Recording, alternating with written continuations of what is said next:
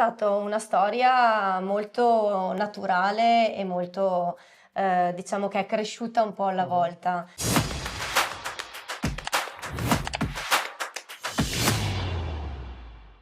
Benvenuti ad Artigiani Ritorno al Futuro, il podcast di CNA Veneto. Io sono Giacomo Brunoro e oggi sono qui con Paola Bernardotto di Etto Mio a Vicenza. Ciao Paola e grazie per l'ospitalità. Ciao Giacomo, grazie a voi. Un'azienda molto particolare a partire dal nome Etto Mio, poi ci racconterai di perché questa scelta particolare, che però è incentrata a mio avviso su un argomento veramente centrale nella vita di oggi, che è il benessere personale e familiare. Vuoi raccontarci un po' di più del tuo progetto, della tua realtà? Grazie dell'opportunità. Etto Mio è nata da una mia esigenza personale, l'esigenza di, migliorare il benessere delle mie notti, dopo essere diventata mamma per la prima volta. Il mio bambino non dormiva e avevo bisogno di cercare una soluzione al lettone dove lui ovviamente si è rifugiato per tutto il suo primo anno di vita. Abbiamo cercato moltissimo online e offline, nei negozi, in varie situazioni e cercavamo questo arredo, questo letto, questo oggetto che potesse essere per lui un punto di riferimento. Nel contempo ci siamo avvicinati alla filosofia montessoriana che ci sembrava perfetta per il nostro bimbo, che aveva bisogno di esprimersi, aveva bisogno di autonomia e aveva questo rifiuto, diciamo, nei confronti delle barriere che in realtà sono quelle tipicamente proposte dai letti tradizionali, le culle.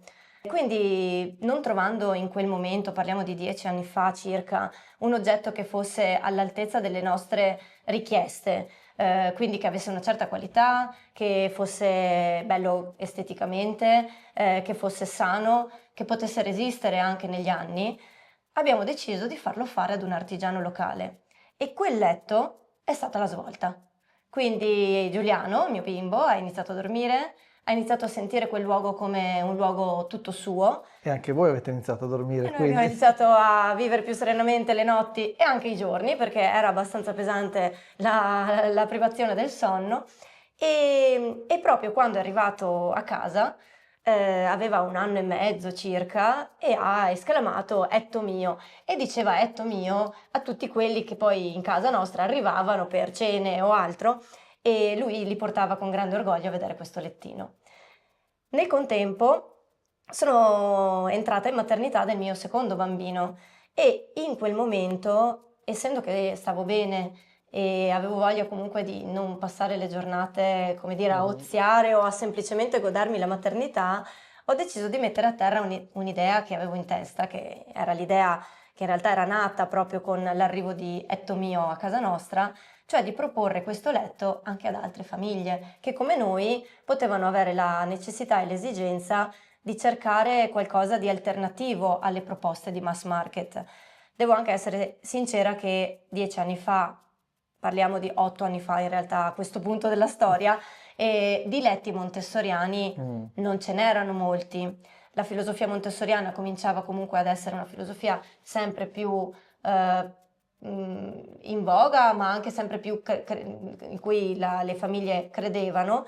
E quindi è stato un momento particolarmente positivo perché il prodotto che io avevo proposto all'inizio su un sito internet fatto in maniera amatoriale da me, durante i sonnellini del mio secondo bimbo, aveva funzionato e aveva risposto alle esigenze di altri genitori, che non cercavano quindi solo un letto, ma cercavano proprio una soluzione a una serie di valori che fossero nel rispetto del bambino e nel rispetto dei propri valori familiari.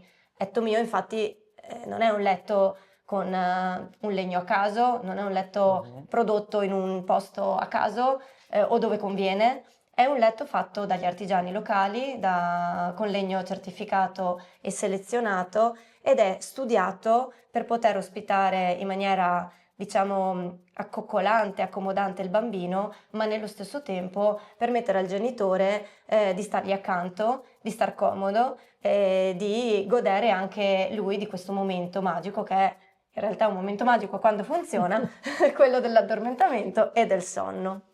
Ma quindi un progetto che poi si sviluppa anche nel tempo, nel senso che contrariamente al mordi e fuggi, all'usa e getta di oggi, invece Etto Mio è una struttura che accompagna anche la crescita del bambino. Esatto, un altro elemento che hai giustamente detto tu adesso è quello dell'evolutività, cioè il fatto che oggi lo sappiamo come consumatori, Certo. siamo abituati a questi oggetti che sono facilmente accessibili da un punto di vista economico, ma che tendenzialmente durano poco, pochissimo. Il classico usa e getta, il fast fashion e tutto quello che ci va dietro. Esiste anche il fast furniture e ne abbiamo un sacco di esempi. Infatti le nostre discariche, ahimè, sono piene di questi oggetti. Questo progetto è nato anche con questo intento, cioè quello di fornire degli oggetti, di proporre degli oggetti che fossero non solo belli, ma durevoli e che seguissero in maniera naturale la crescita del bambino, ma anche la crescita della famiglia, perché sembra impossibile, ma ora non proprio questo modello, ma abbiamo dei modelli che da letto a terra montessoriano si trasformano in letto a castello. Ok, ma allora mi interessa sapere come nasce poi il progetto, nel senso hai un'idea, parli con l'artigiano e oggi cosa succede? Cioè com'è la filiera per arrivare poi al prodotto finito? È stata una storia molto naturale e molto, diciamo che è cresciuta un po' alla volta, cercando di fare delle scelte che fossero coerenti con quello che era il credo per cui è nato il progetto inizialmente. Quindi cosa è successo? È successo il prototipo è arrivato a casa mia e ha fatto quello che ha fatto, è nato il secondo bambino, ho fatto fare un secondo prototipo all'artigiano che aveva qualche piccola differenza rispetto al primo e l'ho fotografato, l'ho messo online, l'ho fatto grazie diciamo l'esposizione online, la nascita del progetto online è figlia del fatto che io la mia esperienza professionale precedente l'ho maturata in quell'ambito Ok, e ho sempre lavorato nel marketing digitale.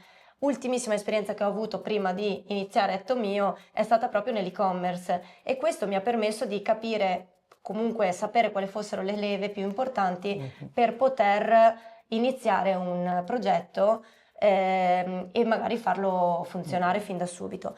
Quindi il sito ha dato le prime risposte da clienti che sono arrivati da tutta Italia, quindi non i classici, ah sì, ok, ho venduto un letto ma era il mio amico, mio fratello. No, no, sono arrivati proprio dei clienti dalla nostra comunicazione, dalla mia comunicazione che in realtà ero io, no, dietro allo schermo, che avevo iniziato un piccolo calendario editoriale sui social, avevo iniziato qualche collaborazione con dei blog specifici e sono arrivati i primi ordini e da lì il progetto è cresciuto. Prima di tutto è cresciuto perché ascoltando i clienti ho capito che loro non cercavano solo un letto, ma cercavano tutto quello che ruotava attorno al letto, quindi anche il materasso coerente con il letto, anche le lenzuola coerenti con il letto, le protezioni e quindi ho fatto scouting di altri fornitori artigiani locali che mi potessero dare una risposta a questi clienti che come me cercavano in realtà il meglio. quindi si è creata una sorta di filiera intorno a Etto Mio che parlava la stessa lingua alle stesse persone che erano interessate ad ascoltarla. Esatto.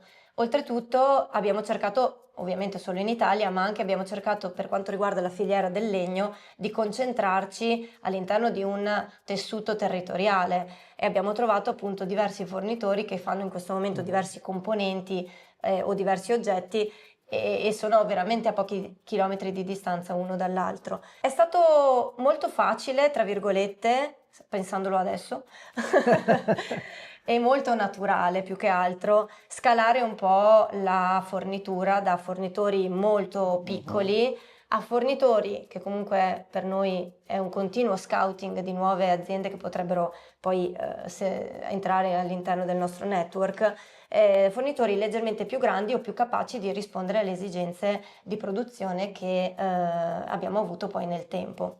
E per te ha rappresentato anche una svolta, perché come dicevi, venivi da mondi attigui ma diversi, appunto non sei una designer, un architetto, quindi arrivi da un altro mondo, quindi c'è stato anche per te proprio un cambio di logica, penso anche proprio lavorativa completo o perlomeno parziale. Beh, sì, decisamente. Poi per me è stata una svolta interessante, soprattutto perché il mio problema, tra virgolette, nel lavoro precedente è che non avevo niente di tangibile, non riuscivo a toccare quello che andavo a proporre ai clienti o i progetti che facevo, erano tutti progetti che vivevano sul digitale. Chiaro.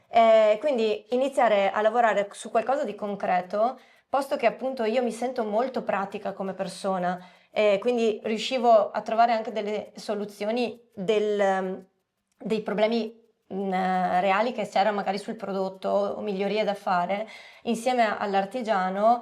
Le risposte sono arrivate più da loro che da me, ovviamente, però devo dire che ho questo spirito un po' pratico che ha trovato un po' la sua fioritura, no? La possibilità di lavorare con qualcosa di concreto. Prima di chiudere, vogliamo dare un consiglio a una persona che in questo momento magari è a un passo prima rispetto a quello che hai fatto tu 10 anni fa, cioè ha un'idea, ha un sogno, ha un qualcosa che vede lontano, ma magari non vuole o ha paura di mollarsi e partire. Che consiglio daresti a chi si trova in questa situazione oggi? Perché poi tu hai detto il digitale vi è servito tantissimo per arrivare a clienti che altrimenti magari prima sarebbe stato più difficile cogliere. Certo. Quindi le opportunità magari ci sono ma non le vediamo. Che consiglio daresti a chi vuole provare o ha paura di provare?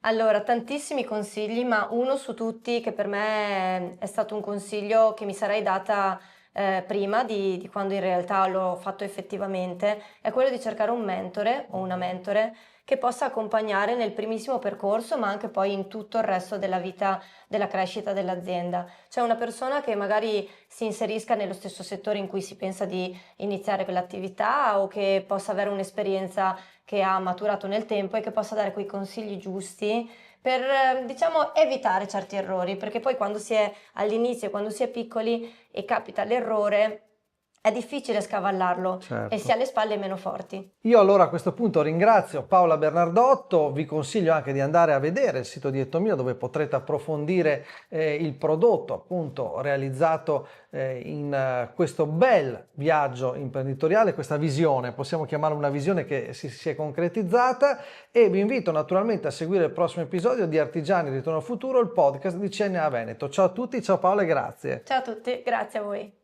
Ti è piaciuta la puntata? Allora iscriviti al canale di CNA Veneto, lascia un commento e seguici sui social.